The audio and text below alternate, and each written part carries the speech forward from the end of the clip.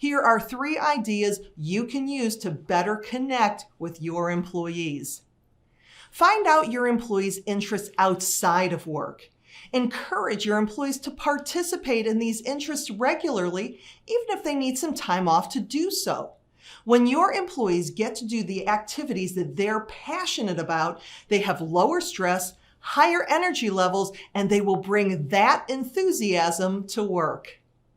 Stop with the annoying emails. Instead of sending yet another email that your employees ignore, record a 30 to 60-second video. There are plenty of video email services out there that you can use.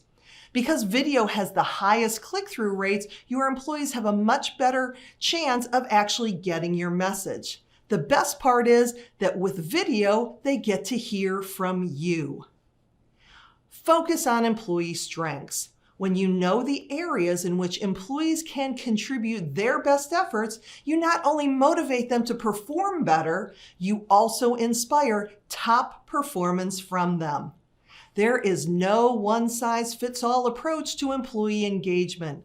When you acknowledge your team members in the way they want to be recognized, you personalize the experience for them and let them know that you care about them both personally and professionally.